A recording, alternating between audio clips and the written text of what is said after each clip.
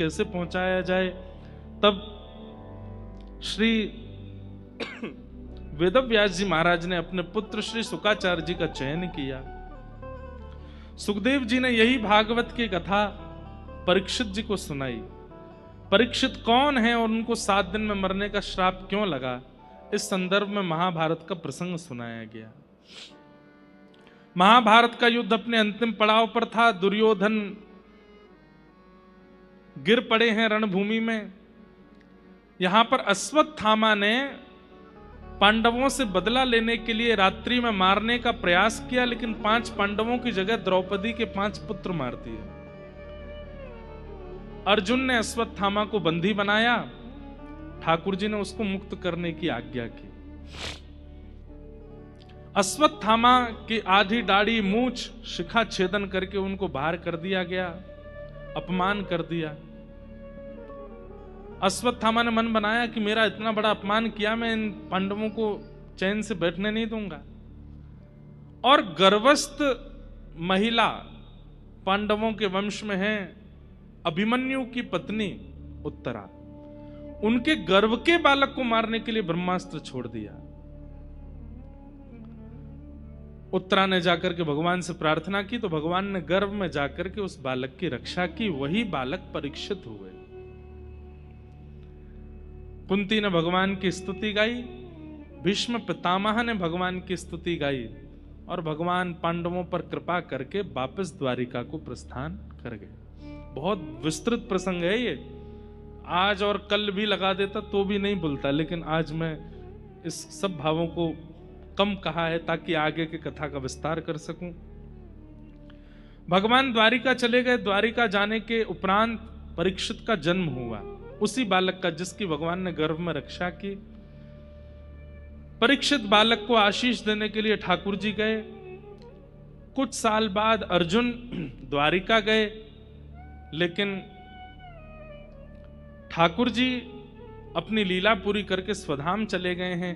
ये बात जब अर्जुन ने आकर के वापस पांडवों को बताई तो पांडव परीक्षित को राजा बना करके स्वयं स्वर्गारोहण को चले गए और छोटे से परीक्षित राजा हैं। ब्राह्मणों के आश्वासन में धीरे धीरे बड़े हुए, जन्मेजय आदि पुत्र हुए, ब्याह हो गया इनका। एक दिन इनको कलयुग मिला था। कलयुग को इन्होंने मारने का प्रयास किया तो कलयुग ने चरण पकड़ लिए। तब इन्होंने कलयुग को 5 स्थान प्रदान किए। द्योतम पानम स्त्रियः सूना यत्रा धर्म चतुर्विध पुनश्च याचमानाय जात रूप मदात प्रभु। 5 स्थानों में कलयुग है। मैं इस बात को जब कहता हूं कथा में तो मैं एक बात कहता हूं, कितने बड़े आश्चर्य की बात है। हमारे पास 100 कमरे हैं और किसी हमारे शत्रु के पास 5 कमरे हैं, लेकिन 5 कमरे वाला इतना बलवान है कि 100 कमरे वालों को उनके कमरे खाली करके अपने में बुला लेता है। हम आप सब लोग कलयुग से ज्यादा बलवान हैं। हमारे पास नाम है, हमारे पास कथा है, हमारे पास कीर्तन है, हमारे पास ठाकुर जी का दर्शन है, हमारे पास संत चरण हैं, हमारे पास धाम हैं, तीर्थ हैं, पवित्र नदियां हैं। फिर भी इतने द्वार होने के बाद भी वो 5 द्वार वाला हम पे हावी हो जाता है। कथा, भागवत, कीर्तन, सत्संग, ये सब क्या है? पवित्र होने के तरीके हैं। लेकिन फिर भी कलयुग का प्रभाव हम पर इतना अधिक क्यों है? उसके पास तो 5 ही बाण हैं बस। कौन कौन से? द्योतम, सबसे पहला कलयुग का स्थान क्या है? जुआ। उसमें कलयुग निवास करता है। जुआ के नाम पर लोग सोचते हैं केवल खेल में खेले जाने वाला जुआ होता है। नहीं, आप धन को जहां कहीं भी दांव पर लगाते हैं वो सब जुआ है।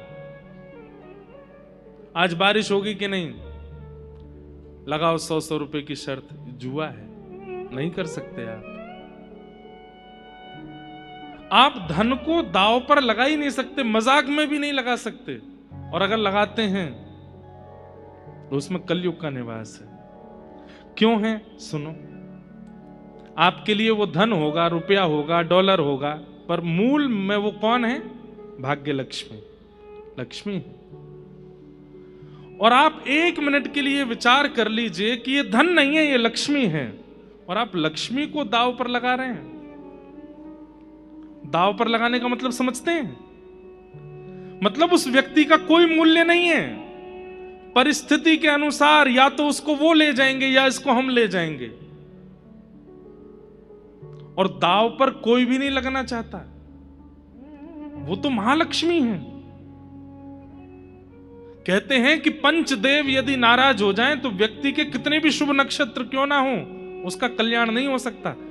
पंचदेवों के अधिष्ठाता नारायण नाराज हो जाएं तो फिर किधर मुंह दिखाओगे आप? आप लक्ष्मी को दांव पर लगाते हैं तो नारायण प्रसन्न रहेंगे आपसे।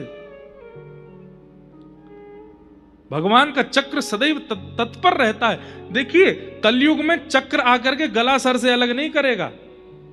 कलयुग में गदा आकर के हमारा सिर भेदन नहीं करेगी।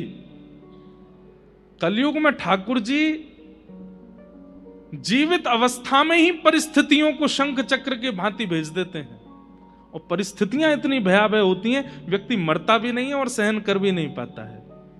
इसलिए हमारी आपसे प्रार्थना है, इन 5 बातों को सुनने के बाद इन 5 का आचरण मत कीजिएगा। कभी भी दांव पर धन मत लगाइए। किसी से ज्यादा ही शर्त लगाने का शौक है तो रसगुल्ला की लगा लो, गुलाब जामुन की लगा लो, खीर की लगा लो। अब भाई देख, आज अगर बारिश हो गई तो क्या दोगे? बोले क्या करे बता, कल पराठे बना के खिलाने पड़ेंगे मुझे। ये चलेगा? कितना सुंदर है। पर धन जुआ है। द्योतम, पानम। अपनी जिह्वा पर किसी भी असद वस्तु को धारण करना जिसमें तामसिक वस्तु मिली हुई है, उसको अपनी जिह्वा पर धारण करना, उसमें कलयुग का निवास है। कभी भी धारण मत करो। खूब अच्छा खाइए, खूब अच्छा पीजिए, पर कभी भी ये नशा करना, गलत क्रिया करना, ये सब मत कीजिए। उसमें कलयुग का निवास है। आप गौरव से कह सकते हैं 80 साल की उम्र में आकर के कि एक बूंद भी हमारी जिह्वा पर गलत नहीं गया है। अरे हमारा भजन बन नहीं बना होगा, हमारा जीवन में हमने धाम तीर्थ इतने नहीं घूमे होंगे, लेकिन हमने अपना भोजन शुद्ध रखा है। उसी के बल पर आपको ठाकुर जी स्वीकार कर लेंगे कि इसने अपने देह का असद प्रयोग नहीं किया। और अभी तक करते आए हैं तो आज के बाद छोड़ दीजिएगा। एक बात बता दें हम आपको, जब तक पता नहीं होता और आप गलती करते हैं तो उसका पाप लगता है, लेकिन पता होने के बाद जब आप गलती करते हैं, पता है कि ये मना किया गया, फिर भी कर रहे हो, तो मल्टीप्लाई बाय 1 करोड़ हो जाता है। पहले 100 डंडा पड़ने वाले थे, अब 1 करोड़ पड़ेंगे। क्यों? यमराज कहेंगे अच्छा बेटे, महाराज जी आए थे, बता के गए थे तुमको। उससे पहले तो चलो तुमको नादान माना था हमने, अब तो तुम जान गए थे, फिर भी कर रहे थे।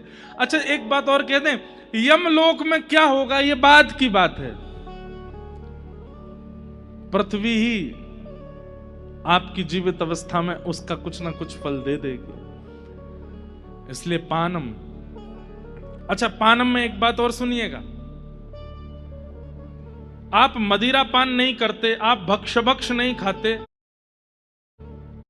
विराजमान होते हैं जिस जिह्वा पर कृष्ण विराजमान होते हैं, जिस जिह्वा पर पवित्र श्री किशोरी जी का नाम विराजमान होता है, आप उस जिह्वा से अपवित्र गाली का संभाषण कैसे कर सकते हैं? और अगर करते हैं तो एक पक्षीय रहिए। ये दोनों नाव में पैर मत रखिए कि हम गाली भी देंगे, नाम भी जपेंगे। नाम जापक अगर बने हो तो अशुद्ध शब्दों का उच्चारण नहीं कीजिए, और आप अशुद्ध शब्दों के बिना नहीं रह सकते तो हम कह रहे हैं आपको, नाम छोड़ दीजिए, पर नाम का उच्चारण मत कीजिए। ये तो वही बात हो गई कि आप मंदिर में बैठ करके मदिरा पी रहे हो।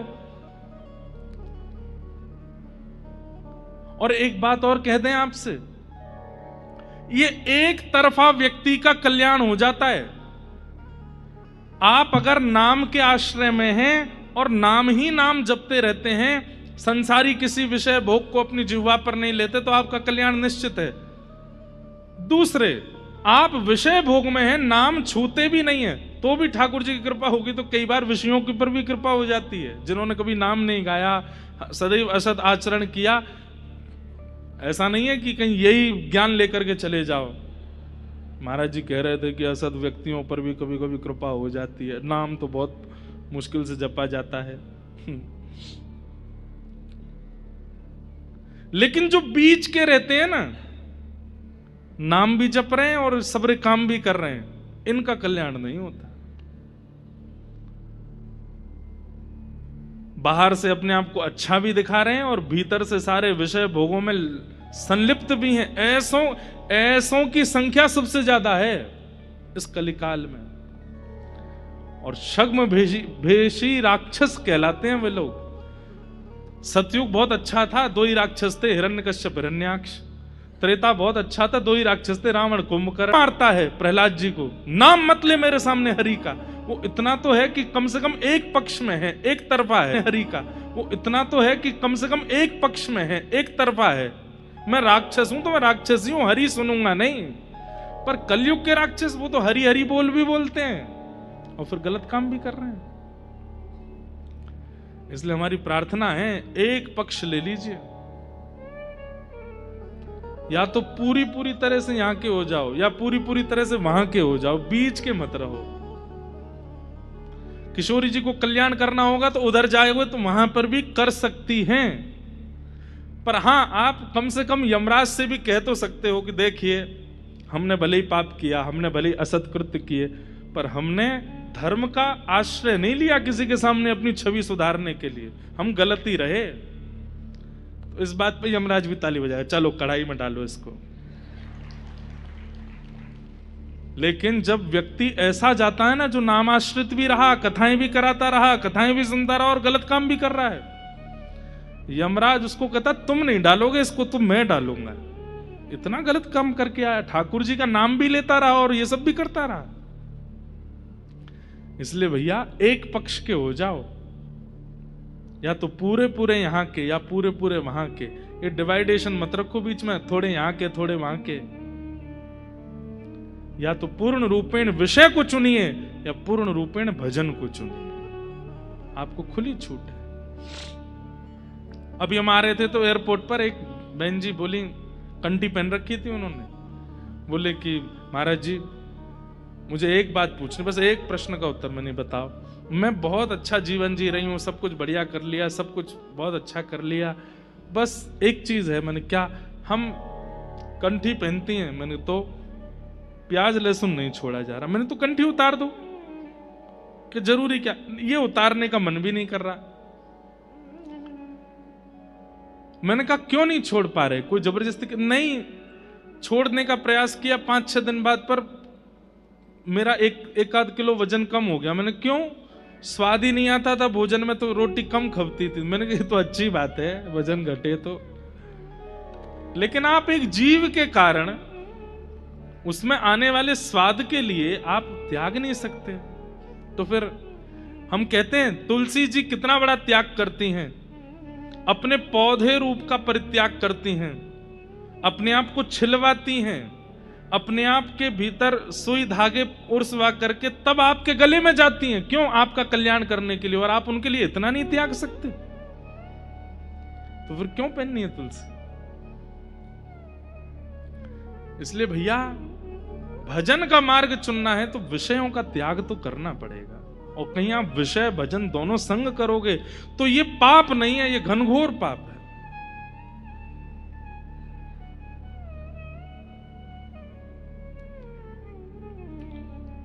द्यूतम पानम, तीसरा आता है कलयुग का निवास, स्त्रिय, पर स्त्री के प्रति कुदृष्टि या पर पुरुष के प्रति कुदृष्टि। दृष्टि तो दृष्टि होती है, पर वो कुदृष्टि कब हो जाती है?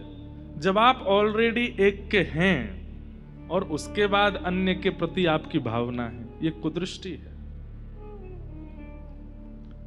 और इस कुदृष्टि को पाप माना गया है।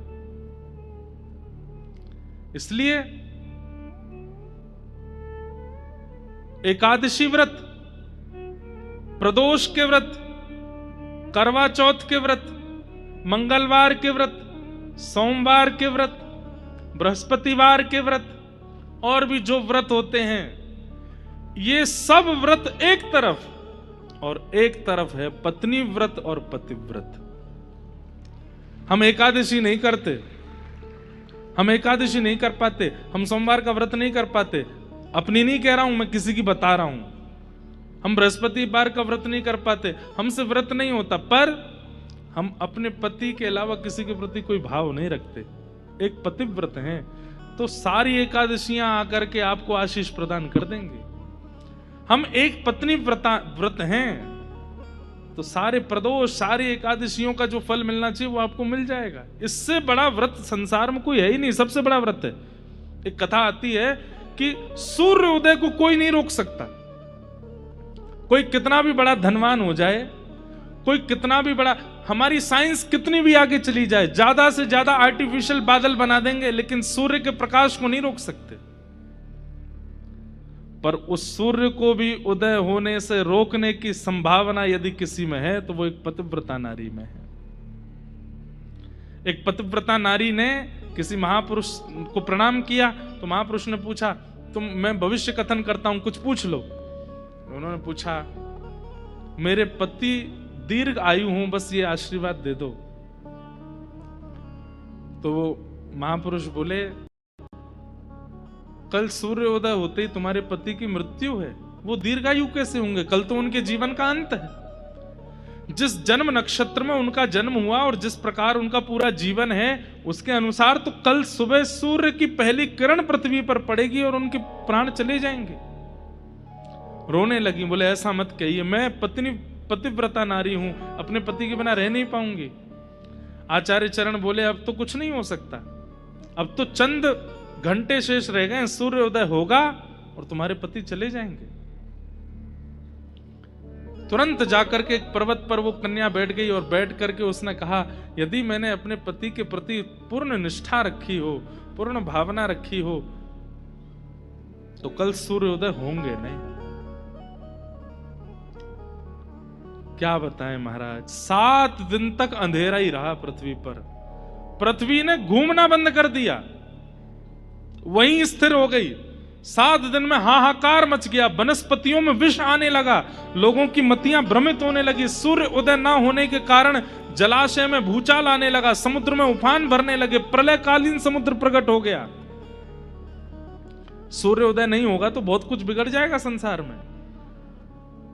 अंत तो गत्वा ब्रह्मा जी घबराए, इंद्र घबराए, शिव घबराए, सब घबरा करके ढूंढने लगे हो क्या रहा है।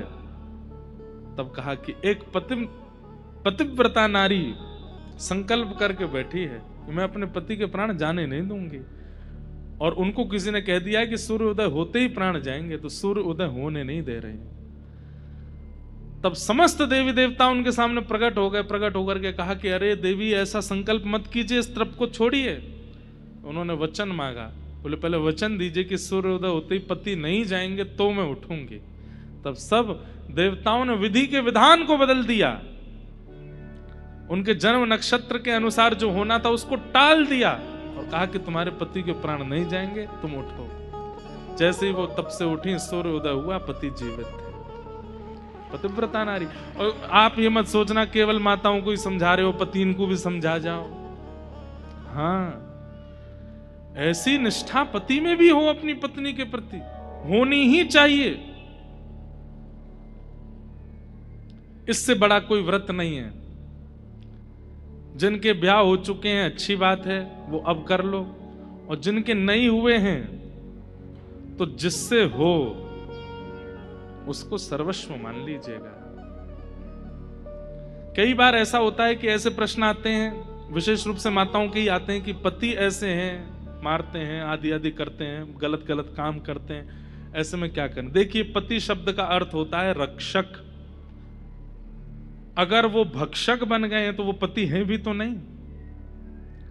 सारे दुराचरण कर रहे हैं, गलत काम कर रहे हैं, तो कुछ समय आपको प्रयास करना चाहिए कि वो समझें। ऐसी पत्नियां भी अगर कुछ गलत कार्य में हैं तो भी पतियों को समझाना चाहिए।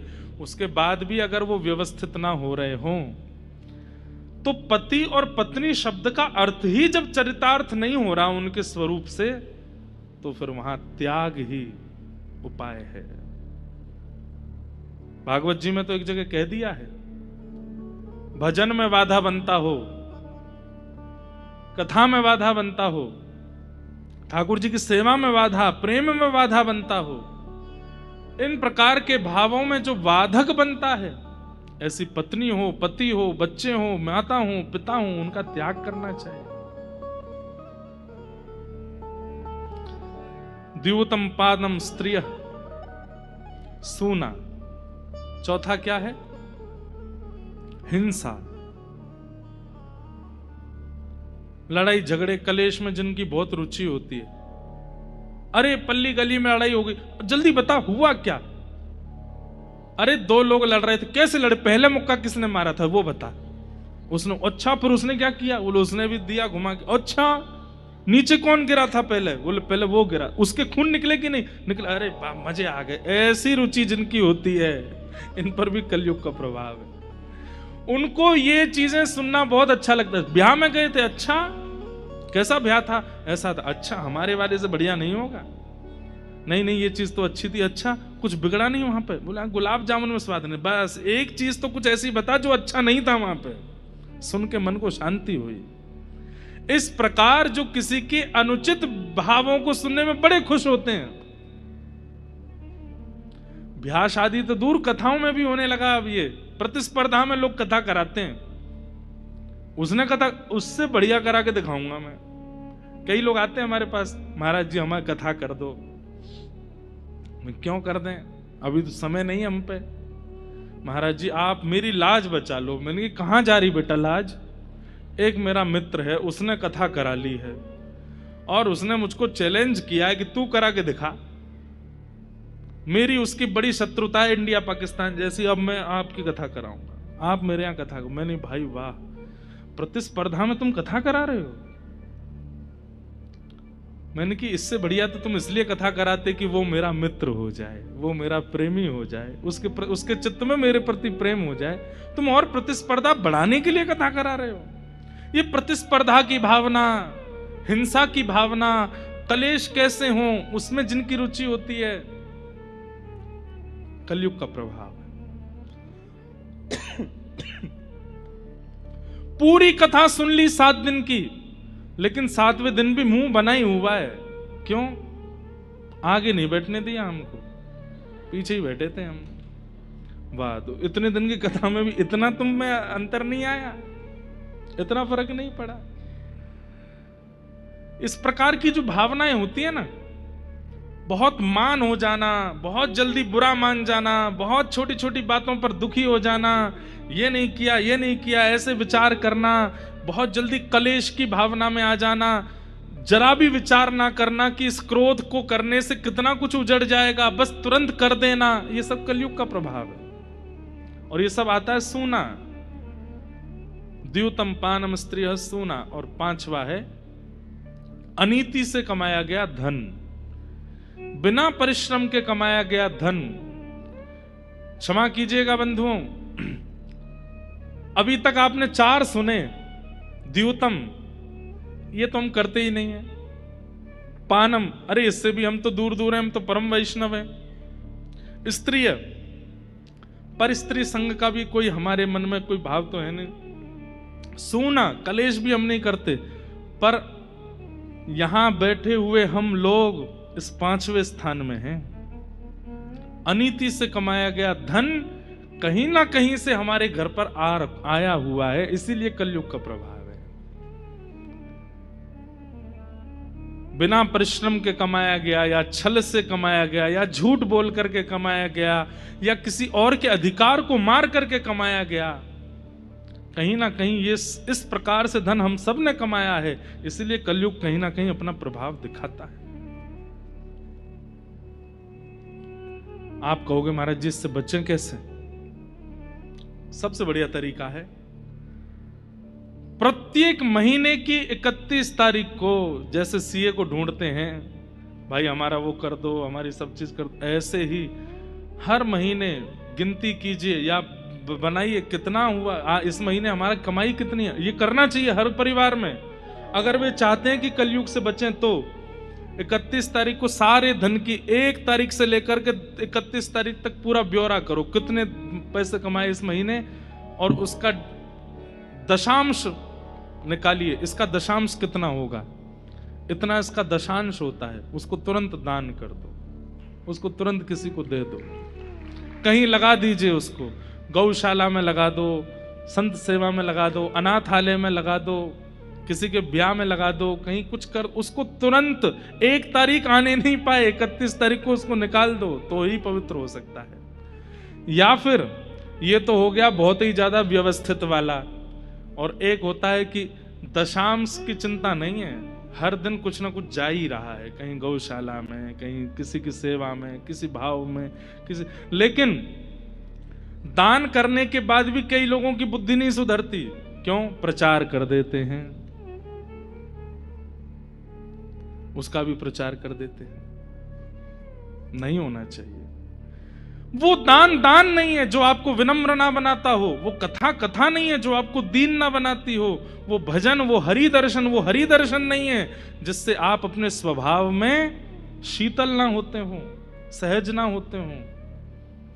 एक बात याद रखिएगा, आप कितने बड़े दानी हैं, आप कितने बड़े नाम जापक हैं, कितने बड़े भक्त हैं, कितने बड़े कथा के श्रोता हैं, कितने बड़े वक्ता हैं, यह आपकी विनम्रता दर्शाती है। और आप विनम्र नहीं हो तो इस एक प्रकार से स्पष्ट है आडंबर उसमें लगे हो। इसलिए विनम्र बनिए। द्यूतम पानम स्त्रिय सोना यत्रा धर्मश्चतुर्विध पुनश्च आचमानाय जाति रूप मदात प्रभो, 5 स्थान दे दिए कलयुग को। राजा परीक्षित स्वयं भटक गए और वापस अपने राज्य भवन में आकर के आज मन हुआ कि एक मुकुट तहखाने में इसको पहन के तो देखूं कैसा लगेगा।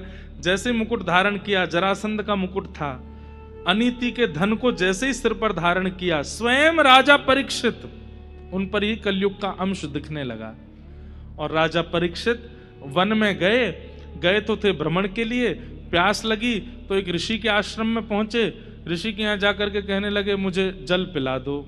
ऋषि त्रातक समाधि में बैठे थे, उन्होंने कोई प्रत्युत्तर नहीं दिया तो राजा को अपना अपमान लगा और एक मरा हुआ सर्प उनके गले में डाल दिया। यह दृश्य कुछ लोगों ने जाकर के उस ऋषि पुत्र को बता दिया और उनके पुत्र ने श्राप दे दिया, मैं राजा परीक्षित को 7 दिन में मरने का श्राप देता हूं। राजा परीक्षित को जब यह बात पता चली कि मुझे 7 दिन में मरने का श्राप लगा है, अपने पुत्र जन्मेजय को राज्य गद्दी पर बैठा करके अपना राज्य छोड़ करके वन में चले गए। तभी गंगा के तट पर असंख्य संतों को बैठे देखा। सबके चरणों में जाकर के राजा परीक्षित ने कहा, मेरे जीवन के केवल 7 दिन बचे हैं, अपनी मुक्ति के लिए मुझे क्या करना चाहिए, कृपा कर मुझे बताओ।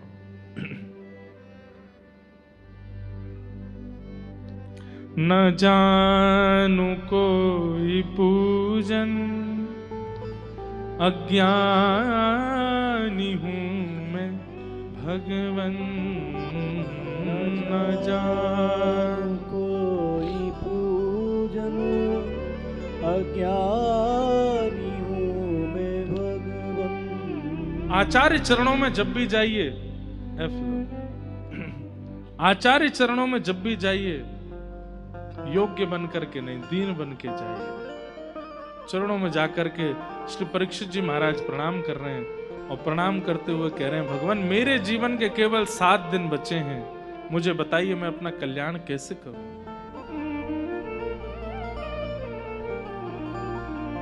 हे प्रभु मुझे बता दो, चरणों में कैसे आऊं। प्रभु मुझे बता दो, चरणों में कैसे आऊं। हे प्रभु मुझे बता दो, चरणों में कैसे आऊं। हे प्रभु मुझे बता दो, चरणों में कैसे आऊं, माया के बंधनों से छुटकार कैसे पाऊं, माया के बंधनों से छुटकार कैसे पाऊं, हे प्रभु मुझे बता दो, चरणों में कैसे आऊं, हे प्रभु मुझे बता। बोलो भक्त वत्सल भगवान की।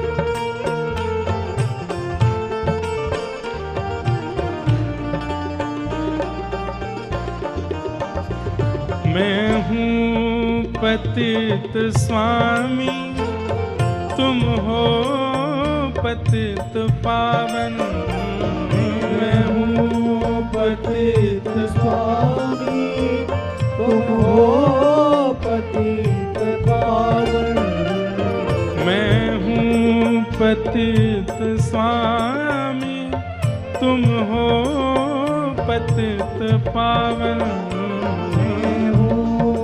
पतित स्वामी, तुम हो पतित पावन, अवगुण भरा हृदय में, अवगुण भरा हृदय, अवगुण भरा हृदय में, अवगुण भरा हृदय, ओ इसे कैसे मैं दिखाऊं, अवगुण भरा हृदय, इसे कैसे मैं बताऊं, हे प्रभु मुझे बता दो, चरणों में कैसे आऊं, हे प्रभु मुझे बता दो, चरणों में कैसे आऊं,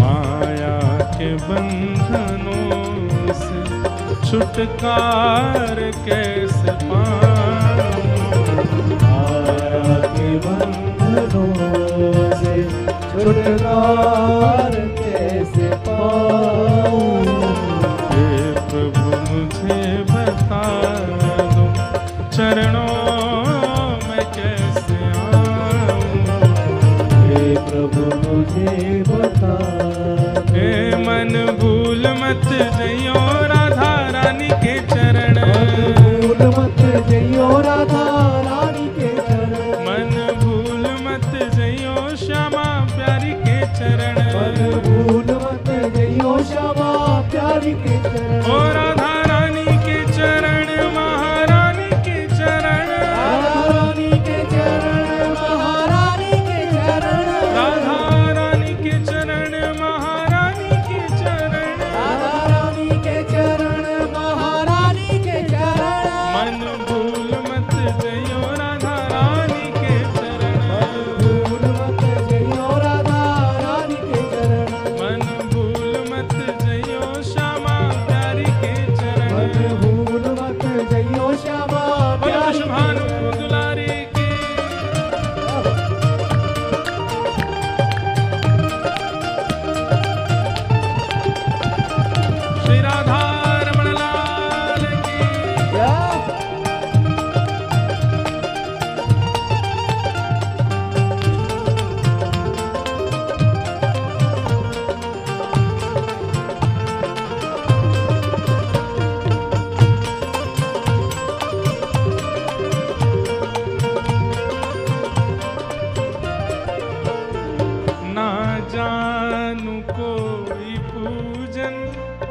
अज्ञानी हूँ मैं भगवन ना जानू कोई पूजा, अज्ञानी हूँ मैं भगवन।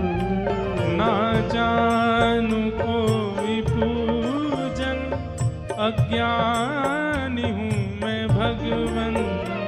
ना जानू कोई पूजा, अज्ञानी हूँ मैं भगवन।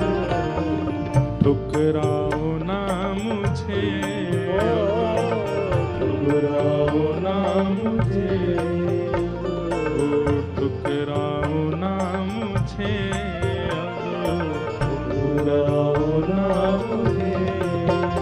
चरणों में सर झुकाऊं, ठुकराओ ना मुझे, चरणों में सर झुकाऊं। हे प्रभु मुझे बता दो, चरणों में कैसे आऊं। हे प्रभु मुझे और एक पंक्ति सबसे सुंदर जो मुझे बहुत प्रिय है। अच्छा हूँ या बुरा हूँ, जैसा भी हूँ तुम्हारा। अच्छा हूँ या बुरा हूँ, जैसा भी हूँ सब लोग कहिए। तुम्हारा। अच्छा हूँ या बुरा हूँ, जैसा भी हूँ तुम्हारा। अच्छा हूँ या बुरा हूँ, जैसा भी हूँ तुम्हारा। करना कृपा दयालु, करना कृपा ओ करना कृपा दयालु, करना कृपा ओ तुमको न भूल पाऊं। करना कृपा दयालु, तुमको न भूल पाऊं। हे प्रभु मुझे बता दो, चरणों में कैसे आऊं।